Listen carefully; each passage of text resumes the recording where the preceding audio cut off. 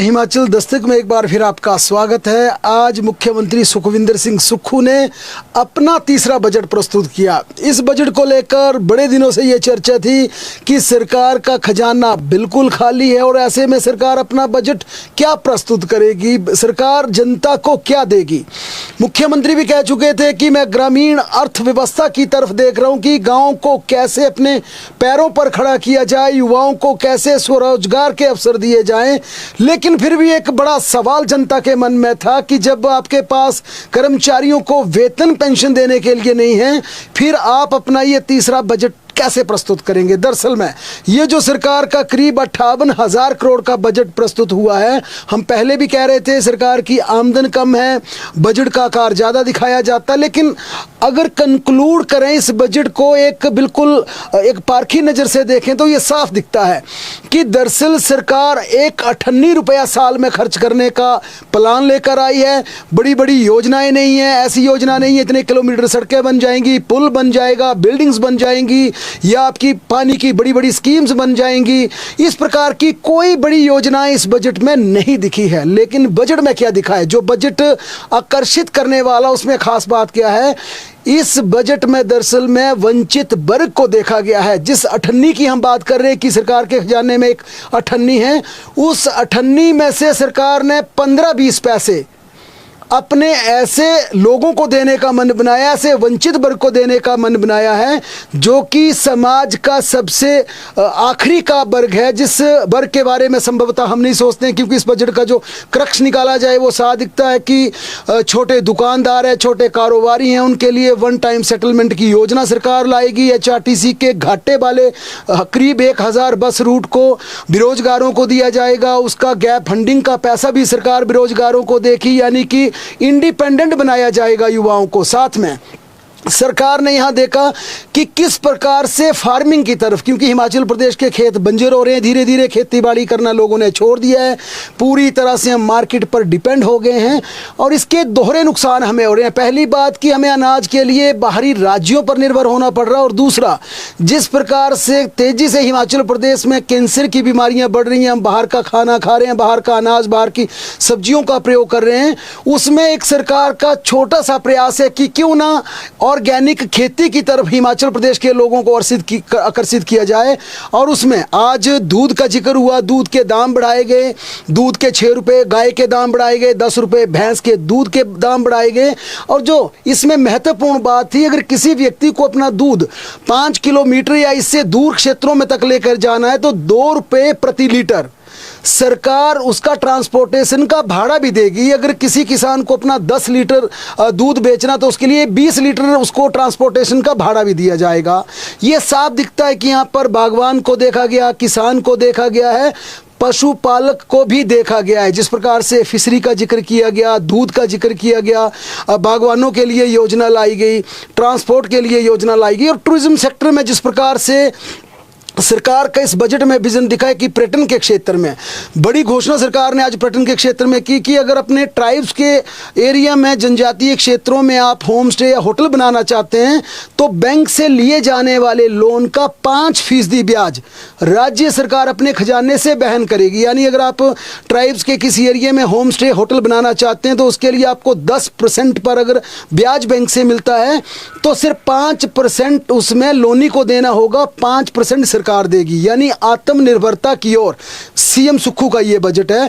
दूसरा, किसानों के लिए जिस प्रकार से वन टाइम सेटलमेंट की भी योजना लाई गई है कि आपने ग्रीन हाउस लाने के लिए, पॉली हाउस लाने के लिए, अपनी खेती बाड़ी के लिए बैंक से लोन लिया, लेकिन लोन लेने के बाद आपका मूलधन था 1 लाख रुपया, बढ़ता बढ़ता हो गया 2 लाख, 3 लाख, 4 लाख, 5, 7, 8, 10 लाख हो गया। तो सरकार ने आज अपने बजट में ये उल्लेख किया है कि उस पैसे को, ब्याज के पैसे को हम अदा करेंगे, वन टाइम सेटलमेंट हम लाएंगे, आपसे सिर्फ मूलधन लिया जाएगा। कमोबेश यही योजना सरकार छोटे दुकानदारों के लिए लाई है, छोटे छोटे कारोबारियों के लिए लाई, जो पान का, मोची का, नाई, ढाबे का काम करता है, 10 लाख तक का उसने ब्याज लेके रखा है, उस लोन लेके रखा है, उसके लिए भी सरकार ने ये व्यवस्था कर दी है कि आप वन टाइम अपना मूलधन वापस लौटाइए, ब्याज हम देंगे। 1500 की बात, सरकार की गारंटी थी कि हम 1500 देंगे, सबकी निगाहें की थी आप 1500 देंगे, पर देंगे कैसे? 1500 लेकर आज सरकार ने कहा कि विधवाओं की बच्चियों को जिनकी 21 साल की उम्र पूरी होगी, 21 साल की आयु पूरी होने के बाद हम उन बच्चियों को भी 1500 के लिए अधिकृत कर देंगे और ये पैसा, ये पेंशन हम जल्द, यानी जब नया वित्तीय वर्ष शुरू होगा तो हम देने शुरू कर देंगे। डोमेस्टिक वर्क्स, जो महिलाएं दूसरे के घरों में झाड़ू पोंछे का काम करती हैं, घरेलू काम करती हैं, उन महिलाओं को भी 1500 दिए जाएंगे, उनकी बच्चियों को भी 1500 दिए जाएंगे जिनकी आयु 21 साल होगी। यानी फिर कहेंगे सरकार ने प्रयास किए इस बजट में कि ऐसे दबे कुचले, ऐसे वंचित वर्ग को, जिस वर्ग के बारे में कोई सोचता नहीं था, बजट का थोड़ा सा हिस्सा, आंशिक अनुदान उनके लिए ख्याल रखा गया। हालांकि इस बजट को लेकर देखा जाए तो मुख्यमंत्री ने साफ कहा कि हमारा ऐतिहासिक बजट है। हमने इस बजट में बिल्कुल जो अर्थव्यवस्था बिल्कुल पटरी से उतरी है, उन्होंने कहा जो पिछली सरकारों ने हमें पूरी तरह से खजाना खाली कर दिया, उसके बावजूद हमने वंचित वर्ग की बल्ले बल्ले की है, उसे आत्मनिर्भर बनाने का प्रयास किया। लेकिन नेता प्रतिपक्ष जयराम ठाकुर साफ कहते हैं कि जनाब, आप तो सरकारी योजनाओं का पैसा आप बांटने की बात कर रहे हैं, सरकार का अपना बजट कहां है, वो बजट का हिसाब पूछ रहे हैं। जयराम ठाकुर ने कहा कि सबसे पहले आप ये बताइए, जो आज आपने अनाउंस किया वो पैसा कहां से आएगा, फंड्स की सर्कुलेशन क्या होगी, पैसा आएगा कहां से, रुपया कहां से आएगा? क्योंकि आपका अधिकतर पैसा तो वेतन पेंशन पर खर्च हो रहा है। जयराम ठाकुर ने यह सवाल खड़ा किया। उन्होंने कहा कि आपने विकास के पहिए को रोक दिया है। हिमाचल प्रदेश में विकास नहीं होगा जो आज आपका बजट हम देख रहे हैं। हिमाचल में ना बिल्डिंग बनेगी, ना रोड्स बनेगी, ना कंस्ट्रक्शन होगी, ना कोई काम होगा। आपने सिर्फ जो केंद्र की स्कीम थी, केंद्र की योजनाएं थी, उसको आपने नए रूप में परोस कर कहा इसको इतना देंगे, इसको इतना देंगे। लेकिन बजट था क्या, ये सबसे पहले आपको बताते हैं। दरअसल आज मुख्यमंत्री सुखविंदर सिंह सुक्खू सुबह अपनी ऑल्टो कार को खुद चलाकर विधानसभा पहुंचे।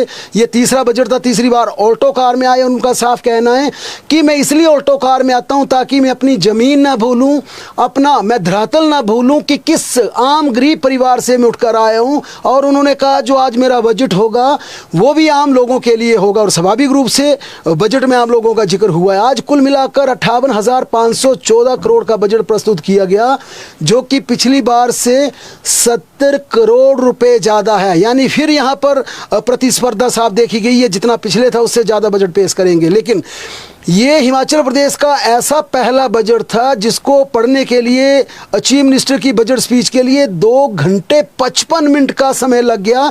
यानी 5 मिनट कम कर दिए जाएं तो 3 घंटे की मुख्यमंत्री की ये बजट स्पीच थी। और बजट में जो बड़ी घोषणाएं हुई उनमें मुख्यमंत्री ने घोषणा की कि इंदिरा गांधी प्यारी बहन सुख सम्मान निधि योजना 1 जनवरी 2025 से 31 मार्च 2026 तक 21 साल की आयु पूरा करने वाली हर बेटी को इस योजना का लाभ दिया जाएगा। इंदिरा गांधी प्यारी बहना सुख सम्मान निधि योजना का लाभ दिया जाएगा। 1500 मिलेंगे हर महीने आपको। जो भी महिलाएं दूसरे के घरों में काम कर अपने परिवार का गुजारा करती हैं, उन्हें भी 1 जून 2025 से 1500 रुपये प्रति माह दिए जाएंगे। इनकी पात्र बेटियों को भी 1500 रुपये प्रति माह की हकदार माना जाएगा, ये बजट में कहा गया। पंचायतों की ओर से चयनित महिलाओं को चरणबद्ध तरीके से योजना का लाभ दिया जाएगा। 1500 का हम जिक्र कर रहे हैं। बीपीएल परिवारों में जन्म लेने वाली 2 बेटियों के लिए इंदिरा गांधी सुख शिक्षा योजना शुरू की जाएगी। उनके लिए एजुकेशन के लिए हम मुख्यमंत्री ने कहा कि योजना लाएंगे।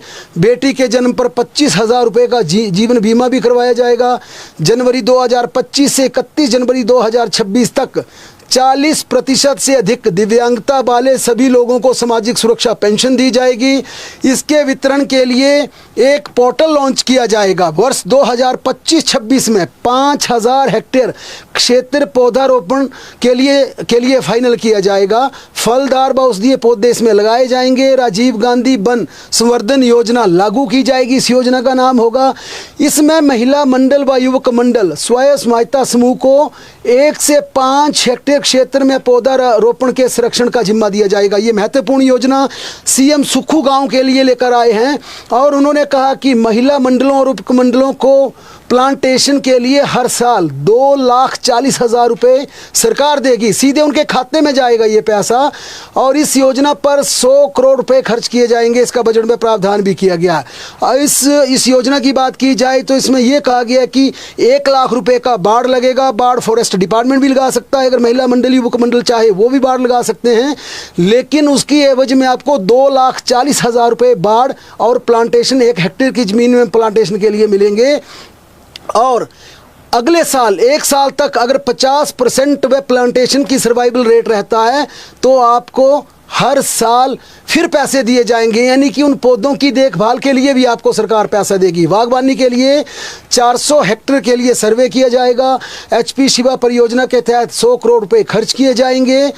मछुआरों के लिए सिर्फ 7.5% रियल्टी ली जाएगी, जो कि रियल्टी सरकार पहले ज़्यादा लेती थी, अब 7.5% रियल्टी सरकार लेगी। इससे 20,000 से अधिक मछुआरों मछली पालक कृषकों को लाभ मिलेगा। 120 नई ट्राउट इकाइयों को स्थापित किया जाएगा। प्राकृतिक मक्की का न्यूनतम समर्थन मूल्य पहले 30 रुपये था, इसे 10 रुपये बढ़ाकर 40 रुपये प्रति किलोग्राम करने का फैसला लिया गया कि आप ऑर्गेनिक आप मक्की उगाइए, 40 रुपये सरकार आपसे खरीदेगी। इसी तरह से गेहूं, इसका न्यूनतम समर्थन मूल्य पहले 40 रुपये था, इसे 20 रुपये बढ़ाकर 60 रुपये कर दिया गया है। और किसानों को कहा है कि आप ऑर्गेनिक गेहूं उगाइए, सरकार आपसे 60 रुपये प्रति किलोग्राम आपसे गेहूं खरीदेगी। और ये मिनिमम प्राइस है, इससे ऊपर भी हो सकती है, लेकिन कम से कम इस दाम से सरकार आपसे खरीदेगी। आज सरकार ने कहा कि हमीरपुर में स्पाइस पार्क लगाएंगे और हल्दी उगाने का एक ज़बरदस्त तरीका। हालांकि कमेंट बॉक्स पर चाहेंगे कि हमारे तमाम ग्रामीण क्षेत्र के लोग कमेंट करें, क्योंकि जिस प्रकार से बंदरों से परेशान है प्रदेश की जनता की जो मर्जी फसल करें बंदर उसको उजाड़ देते हैं।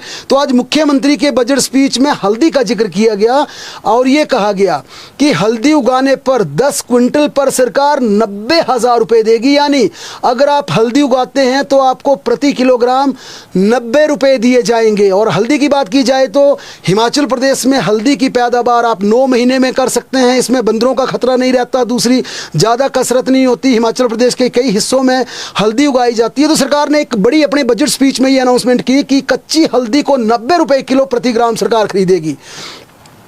ऊना जिला में सबसे ज़्यादा आलू का उत्पादन होता है, तो सरकार ने आज बजट में ये भी कहा कि ऊना में प्रोसेसिंग प्लांट आलू का स्थापित किया जाएगा, पोटैटो प्रोसेसिंग प्लांट स्थापित किया जाएगा। इसके अलावा पूर्व यूपीए सरकार में नदौन के बड़ा पंचायत में स्पाइस पार्क का शिलान्यास किया गया था। भाजपा सरकार ने केंद्र में सत्ता संभालने के बाद इस स्पाइस पार्क को रद्द कर दिया, ये मुख्यमंत्री का जिक्र है। लिहाजा अब राज्य सरकार खुद इस स्पाइस पार्क को बनाएगी, स्पाइस पार्क को स्थापित करेगी। और इसी तरह से ऊना में सबसे ज़्यादा आलू होता है, इस कारण हम ऊना में पोटैटो प्रोसेसिंग प्लांट स्थापित करेंगे। 100 गांवों में सिंचाई योजनाएं बनेगी। सीएम ने पशुपालकों से गाय के दूध के खरीद मूल्य को 45 रुपये से बढ़ाकर 51 रुपये, भैंस के दूध को 55 रुपये से बढ़ाकर 61 रुपये करने की घोषणा की और साथ में 2 रुपये प्रति लीटर ट्रांसपोर्टेशन का खर्चा भी उठाने की बात की है। भैंस और गाय के दूध में न्यूनतम समर्थन मूल्य 6.6 रुपये की बढ़ोतरी की गई है। पशुपालकों को 2 रुपये परिवहन सब्सिडी मिलेगी। सभी मेडिकल कॉलेजों में विश्व स्तरीय स्वास्थ्य सुविधाएं देने के लिए जायका मिशन के माध्यम से 1700 करोड़ की राशि उपलब्ध करवाई जाएगी। डॉक्टरों को अब 1,30,000 रुपये मिलेंगे। प्रदेश के मेडिकल कॉलेज चमियाना एम्स में पीजी कर रहे प्रशिक्षु डॉक्टरों को मिलने वाली 60 से 65,000 की स्टाइफंड राशि को बढ़ाकर 1 लाख रुपये करने की भी घोषणा की गई। अस्पतालों में 1,000 रोगी मित्र नियुक्त किए जाएंगे, इन्हें 15,000 मासिक वेतन दिया जाएगा। आउटसोर्स पर नियुक्त ऑपरेशन थिएटर असिस्टेंट रेडियोग्राफर के वेतन में बढ़ोतरी की जाएगी। रेडियोग्राफर को 25,000 दिया जाएगा, जबकि ओटी लैब टेक्नीशियन को 17,000 रुपये दिए जाएंगे। मुख्यमंत्री वृद्धजन देखभाल योजना शुरू होगी। इसके लिए 70 साल से अधिक आयु के बुजुर्गों को घर द्वार स्वास्थ्य सेवाएं मिलेंगी। प्रदेश में 39 नई डायलिसिस यूनिट 45 करोड़ रुपए की लागत से अस्पतालों में शुरू की जाएंगी। विश्व स्तरीय उपचार के लिए मॉडर्न उपकरण अस्पतालों में उपलब्ध करवाए जाएंगे। इसके लिए 1500 करोड़ रुपए का जापान की एजेंसी के जरिए सुनिश्चित करवाए जाएंगे। बजट स्पीच में कहा गया कि स्वास्थ्य सुविधाओं को मजबूत करने के लिए 10 नए हेल्थ वेलनेस सेंटर स्थापित किए जाएंगे। कॉलेजों में विभिन्न श्रेणियों के 1000 पद, पुलिस विभाग में कांस्टेबल के 1226 पद और पंचायत सहायकों के 853 पद भरे जाएंगे। 25,000 लोगों को रोजगार प्रदान किया जाएगा। छोटे मंदिरों को दी जाने वाली अनुदान राशि को दुगना किया जाएगा। सरकार नशीली दवाओं के प्रयोग को रोकने के लिए ड्रग्स रिहेबिलिटेशन सेंटर बोर्ड का गठन करेगी। इसके लिए एक एक्शन प्लान बनाया जाएगा। इसका मकसद लोगों को जागरूक करना होगा। इसमें विभिन्न वर्गों और युवा आइकॉन को शामिल किया जाएगा। इसके अलावा जो सरकार ने ऑनरेरियम बढ़ाने की बात की बजट में, मुख्यमंत्री ने उसमें कहा कि जिला परिषद चेयरमैन को 25,000 रुपये, वाइस चेयरमैन को 19,000 रुपये और सदस्य को 8300 रुपये मासिक मानदेय दिया जाएगा। इसके साथ पंचायत समिति अध्यक्ष को 12,000, उपाध्यक्ष को 9,000 और बीडीसी मेंबर को 7500 रुपये दिए जाएंगे। पंचायत प्रधान को 7500 रुपये, उप प्रधान को हर महीने 5100 रुपये मिलेंगे। मुख्यमंत्री ने कहा कि मनरेगा मजदूरों के लिए व्यापक योजना शुरू की जाएगी। मनरेगा मजदूरों की दिहाड़ी 300 रुपये से बढ़ाकर 320 रुपये कर दी जाएगी। वहीं नगर निगम के मेयर को अब 25,000 रुपये, उप महापौर को 19,000 और पार्षद को 9400 रुपये ऑनरेरियम दिया जाएगा। नगर परिषद अध्यक्ष को 10,800 रुपये, उपाध्यक्ष को 8,900 रुपये, पार्षद को 4,500 रुपये, नगर पंचायत प्रधान को 9,000 रुपये, उप प्रधान को 7,000 रुपये और सदस्य को 4500 रुपये का ऑनरेरियम दिया जाएगा। शहरी विकास क्षेत्र की बात की जाए तो मुख्यमंत्री ने अपने बजट में कहा कि 656 करोड़ का बजट इसके लिए पारित किया गया है। शहरी क्षेत्रों में फल विक्रेता, छोटे ढाबा मालिक, रेडी फड़ी, सब्जी लगाने वाले, बेचने वाले छोटे कारोबारियों को लेकर मुख्यमंत्री लघु दुकानदार कल्याण योजना लचीलापन लाते हुए विस्तार करेगी। जो कर्जे में दबे छोटे कारोबारी हैं, जिनका टर्नओवर 10 लाख से कम है, उन्हें वन टाइम सेटलमेंट की सुविधा दी जाएगी। लोन पर लगने वाले ब्याज को सरकार वहन करेगी। इस योजना के लिए 100 करोड़ के बजट का भी प्रावधान किया गया है। 2025-26 के दौरान हरोली में पहला ऑटोमेटिक ड्राइविंग टेस्ट ट्रैक स्थापित किया जाएगा। जल परिवहन सेवाओं को बढ़ावा दिया जाएगा। 2025-26 में 500 ई बसें खरीदी जाएंगी। शिमला में ऑनलाइन पास की सुविधा सरकार ने शुरू की है। सरकार द्वारा प्रदेश में ड्रोन टैक्सी सेवाएं उपलब्ध करवाने के लिए योजना लाई जाएगी। इसका इस्तेमाल कृषि, बागवानी और दवाइयों को पहुंचाने सहित अन्य कार्यों में किया जाएगा। मंडी, हमीरपुर व कांगड़ा में ड्रोन स्टेशन स्थापित किए जाएंगे। प्रदेश की औद्योगिक नीति में बदलाव किया जाएगा। निवेशकों के लिए फ्रेंडली एनवायरमेंटल उपलब्ध करवाया जाएगा। एक उच्च स्तरीय बोर्ड गठित होगा जो राज्य के औद्योगिक निवेश से संबंधित सभी पहलुओं पर विचार करेगा। उद्योगों को 2 महीने में सभी अनुमतियां प्रदान कर दी जाएंगी। 40 पैसे प्रति यूनिट उद्योगों को सब्सिडी साल में 2 बार दी जाएगी। डीबीटी के माध्यम से सब्सिडी का भुगतान किया जाएगा। सोलर ऊर्जा में स्वरोजगार के अवसर सृजित करने के लिए ट्राइबल क्षेत्रों में सोलर प्रोजेक्ट स्थापित करने पर ब्याज पर 5% का उपदान दिया जाएगा। यानी आप जो सोलर पावर प्लांट स्थापित करेंगे, इसके लिए आपने लोन लिया होगा तो उस लोन का 5% सरकार डायरेक्ट बैंक को देगी, बैंकर को देगी, और जो लोनी होगा जिसने सोलर पावर प्लांट लगाया होगा उसे बाकी ब्याज बैंक का देना होगा। 5 सरकार ट्राइबल में देगी। सीएम ने कहा 18,925 आंगनबाड़ी केंद्रों को समीपवर्ती स्कूलों में रोलिकेट किया जाएगा। ये केंद्र आंगनबाड़ी सह प्री नर्सरी स्कूल कहलाएंगे। स्कूलों में इन्हें शिफ्ट कर दिया जाएगा, मर्ज कर दिया जाएगा। इनमें 3 से 6 साल के बच्चों की देखभाल की जाएगी। इन केंद्रों में पोषाहार को और पौष्टिक बनाया जाएगा। जिला स्तर पर पौष्टिक आहार खरीद की शक्तियां प्रदान की जाएंगी। राज्य में नशा तस्करी पर अंकुश लगाने के लिए स्पेशल टास्क फोर्स गठित की जाएगी। एंटी ड्रग बिल विधानसभा में लाकर कानून को सख्त बनाया जाएगा। राजगढ़ कंडाघाट में नए अग्निशमन केंद्र स्थापित किए जाएंगे। इसके अलावा मुख्यमंत्री सड़क योजना में 100 करोड़ रुपए का प्रावधान किया गया है। नए वित्त वर्ष में राजस्व विभाग का चरणबद्ध डिजिटाइजेशन किया जाएगा। इससे राजस्व मामले में डिजिटल ढंग से पेश करने की सुविधा और मजबूत की जाएगी। अधिकारी भी आसानी से राजस्व मामले का निपटारा कर सकेंगे। डिजिटल ढंग से लोग मैप बना सकेंगे। सरकार डिजिटल प्रक्रिया विकसित करेगी। इससे लोगों को दफ्तर में आना नहीं पड़ेगा। सीएम सुक्खू ने अपने बजट में कहा कि हिमाचल में 2000 के बाद से जन्म दर में कमी आई है। इसके परिणाम स्वरूप स्कूलों का युक्तिकरण करने की जरूरत पड़ी है। अगले वित्त वर्ष में इस दिशा में और प्रयास किए जाएंगे। 2025-26 में प्रदेश के सभी सरकारी स्कूलों में टीचर्स और स्टूडेंट्स की ऑनलाइन अटेंडेंस लगाई जाएगी। इसके अलावा जानपुर के सैनिक स्कूल के हॉस्टल की मरम्मत के लिए 3 करोड़ रुपए दिए जाएंगे। मुख्यमंत्री ने अपनी बजट स्पीच में कहा कि शिक्षा के क्षेत्र में हमने पुरानी सोच को बदला है। नए शिक्षण संस्थान खोलने की बजाय पहले से खुले संस्थानों में इंफ्रास्ट्रक्चर को स्ट्रेंथन किया जाएगा। स्कूलों में टीचर्स की तैनाती सुनिश्चित की जाएगी। पेट्रोल डीजल वाले 3000 वाहनों को ई व्हीकल में तब्दील करने के लिए लोगों को प्रेरित किया जाएगा। रिक्शा को ई व्हीकल में तब्दील करने के लिए 40% की सब्सिडी सरकार लोगों को देगी। सरकार रोजगार उपलब्ध करवाने के लिए 1000 रूटों पर बस परमिट प्रदान करेगी। इसके अलावा सभी विधायक बस रूट की डिमांड दे सकते हैं। अपने अपने चुनाव क्षेत्रों से बस डिमांड की यहाँ पर डिमांड कर सकते हैं। जिला हमीरपुर से सभी कार्यालयों में 2025 में ई वाहन की शुरुआत की जाएगी। मुख्यमंत्री ने कहा कि पंचायती राज संस्थाओं को मजबूत बनाया जाएगा। पानी की योजनाओं का प्रबंधन पंचायत समितियों को देंगे ताकि पंचायत की आय में बढ़ोतरी हो सके। सीएम सुक्खू ने कहा कि टी टूरिज्म की काफ़ी संभावनाएं हैं। चाय के बागानों को असम की तर्ज पर इको टूरिज्म डेस्टिनेशन के तौर पर विकसित करेंगे। इसमें न केवल हिमाचल की चाय को बचाया जाएगा बल्कि विश्व स्तर पर पहचान मिलेगी। कांगड़ा को टूरिज्म डेस्टिनेशन बनाने को पोंग डैम के आसपास के क्षेत्रों को विकसित करने के लिए डीपीआर बनाकर भारत सरकार को भेजी जाएगी। इसके अलावा सीएम ने कहा कि शिमला जिला के चांशल को पर्यटन स्थल के रूप में विकसित किया जाएगा। सीएम ने कहा नादौन में वेलनेस व राफ्टिंग सेंटर खुलेंगे। युवाओं को रोजगार के लिए मुख्यमंत्री स्टार्टअप योजना शुरू होगी। प्रदेश में पर्यटन को बढ़ावा देने के लिए प्राइवेट सेक्टर को आमंत्रित किया जाएगा, प्राइवेट सेक्टर को बुलाया जाएगा। 200 हॉस्टल स्थापित किए जाएंगे। हिमाचल प्रदेश में 200 होटल स्थापित किए जाएंगे। निवेशकों को 2 स्टार, 3 स्टार, 4 स्टार, 5 स्टार के लिए पूरी तरह से प्रोत्साहित किया जाएगा और उन्हें समय रहते एनओसी दी जाएगी।